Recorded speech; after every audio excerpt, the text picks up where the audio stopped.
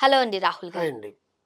సైఫ్ అలీ ఖాన్ గారి ఇంట్లో జరిగిన సంఘటనకి సంబంధించి, ఆయన హాస్పిటల్‌లో ఉన్న విషయానికి సంబంధించి రకరకాల కథనాలు వింటున్నా. ఆ మెయిడ్‌తో ఏదో సమ్ అఫైర్ ఉందన్నారు. ఆ మెయిడ్‌కి సంబంధించిన వ్యక్తే ఇలా చేశాడన్నారు. మళ్ళీ ఒక దొంగన్నారు. ఇప్పుడు లేటెస్ట్ అప్డేట్ ఏంటి అనంటే, ఎవరో ఒక దొంగ దొంగతనానికైతే వచ్చారు. ఒక 6 మంత్స్ రెక్కి నిర్వహించారు. బట్ అతని గురించి మనం చూస్తుంటుంటే ఇంతకుముందు ఒక్క క్రైమ్ చేసినట్టు కూడా సాక్ష్యాలు లేవంటున్నారు పోలీసులు. అన్ని పోలీసులే చెబుతున్నారు కూడా. ఒక డిఫరెంట్ డిఫరెంట్ కథనాలున్నాయి. ఏది నమ్మాలి? ఫస్ట్ ఇది హై ప్రొఫైల్ కేస్. హ్మ్. ఒక సెలబ్రిటీ కేస్. ఇందులో ఓపెన్‌గా మాట్లాడుకుందాం. పోలీసులు చెప్పింది పక్కన పెడదాం. ఓకే. సెలబ్రిటీ హౌస్‌లో సీసీ కెమెరాలు లేకుండా ఉండడం అనేది ఫస్ట్ డౌట్ ప్రపంచం మొత్తం ఉంది. కరెక్ట్? భార్య ఒకసారి ఉన్నానంటుంది. భార్య ఇంకోసారి లేనంటుంది. మెయిడ్ ఒకసారి వాడు నా కోసం వచ్చాడంటుంది. సైఫ్ ఖాన్‌ని చంపడానికొచ్చాడు అంటుంది. క్లీనర్‌గా పనిచేయడానికొచ్చాడు. వాడు 6 నెలలు రెక్కీ నిర్వహించాడు. క్లీనర్ జాబ్ ఏజెన్సీలో చేశారు అని ఒక కథ ఈరోజు పొద్దునకి క్లోజ్ చేశారు. అండ్ ఇంకో డిఫరెంట్ డిఫరెంట్ పేర్లున్నాయి. అతని అసలు పేరు ఇంకోటేదో అంటున్నారు. కరెక్టే. సరే పోలీసులు కథనం ప్రకారం మాట్లాడుకోవడానికి స్టార్ట్ చేస్తా ఇప్పుడు నేను. హ్మ్. ఓకే.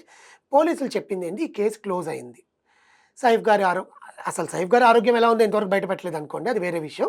ఈ కేస్ క్లోజ్ చేసేసాం మేము. అసలు వాడిని ఎక్కడెక్కడో వాడసలు బంగ్లాదేశు, వాడి పేరు ఇది, వాడి పేరు అది, వాడికి పాస్‌పోర్ట్ లేకుండా ఇక్కడ బంగ్లాదేశ్ నుంచి ముంబై వచ్చాడు. బంగ్లాదేశ్ నుంచి డైరెక్ట్‌గా ముంబై రావాలంటే వాడు బంగ్లాదేశ్ నుంచి ముందు కోల్‌కట్టా రావాలి. హ్మ్. కోల్‌కట్టాకి దగ్గరగా ఉండే దేశం బంగ్లాదేశ్.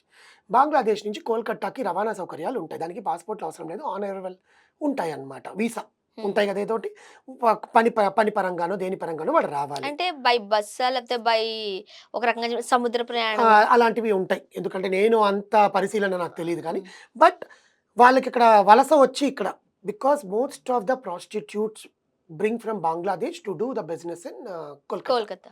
యాహ్!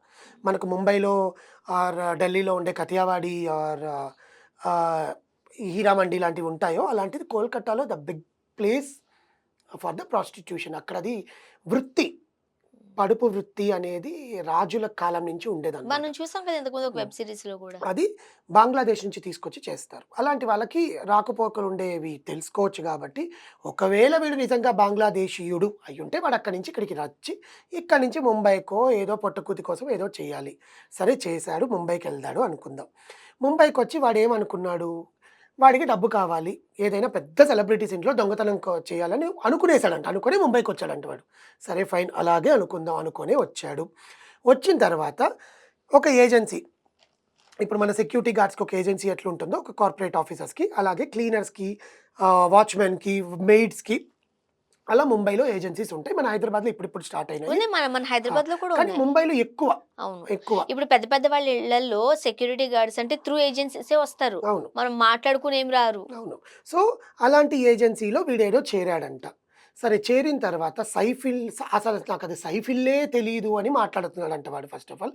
కానీ నువ్వు ఎవరింట్లో పని చేస్తున్నావు? వాడి దగ్గర ప్రూఫులు తీసుకోరా ఏజెన్సీ? హ్మ్. First question.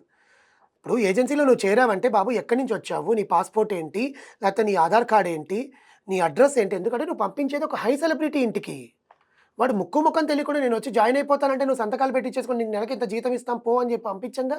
అవును. ఆ ఏజెన్సీ వాళ్ళని ఎందుకు తీసుకురాలా పోలీసులు ఈ రోజు వరకు?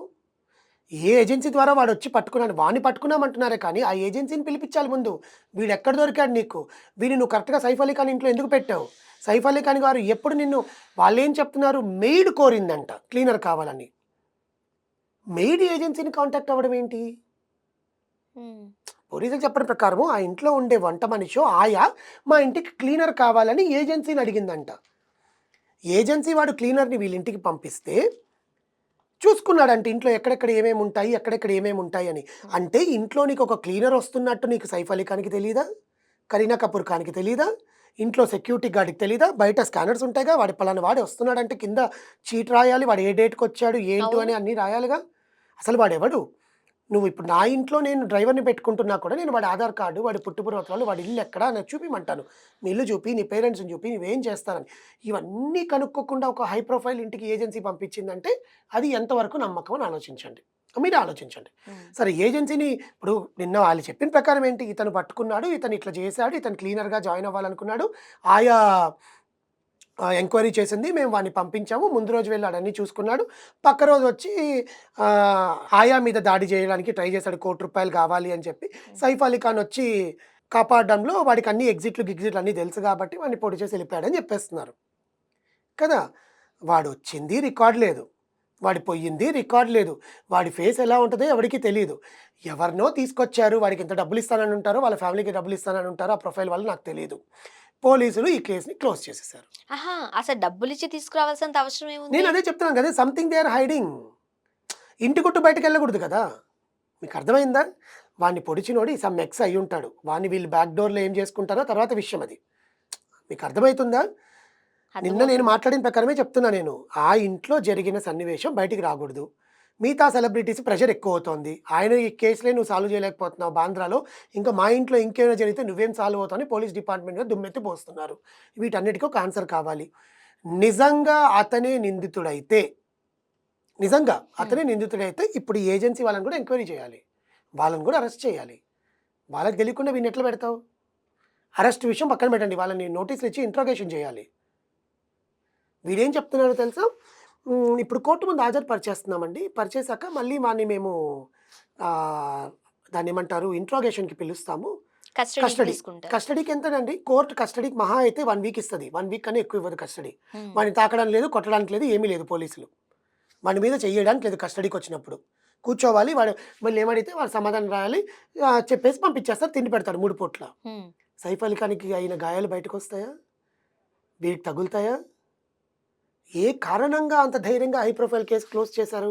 ఇప్పుడు అంత సెలబ్రిటీ ఇంట్లో ఇంత ఘాతుకం జరిగినప్పుడు ఎందుకు ఒక రకంగా చెప్పాలంటే అంటే ప్రజలకు, అభిమానులకి ఏదో ఒక న్యూస్ ఇస్తే సరిపోతదిలే అన్నట్టుగా కనిపిస్తుందా? ఆబ్వియస్‌లీ.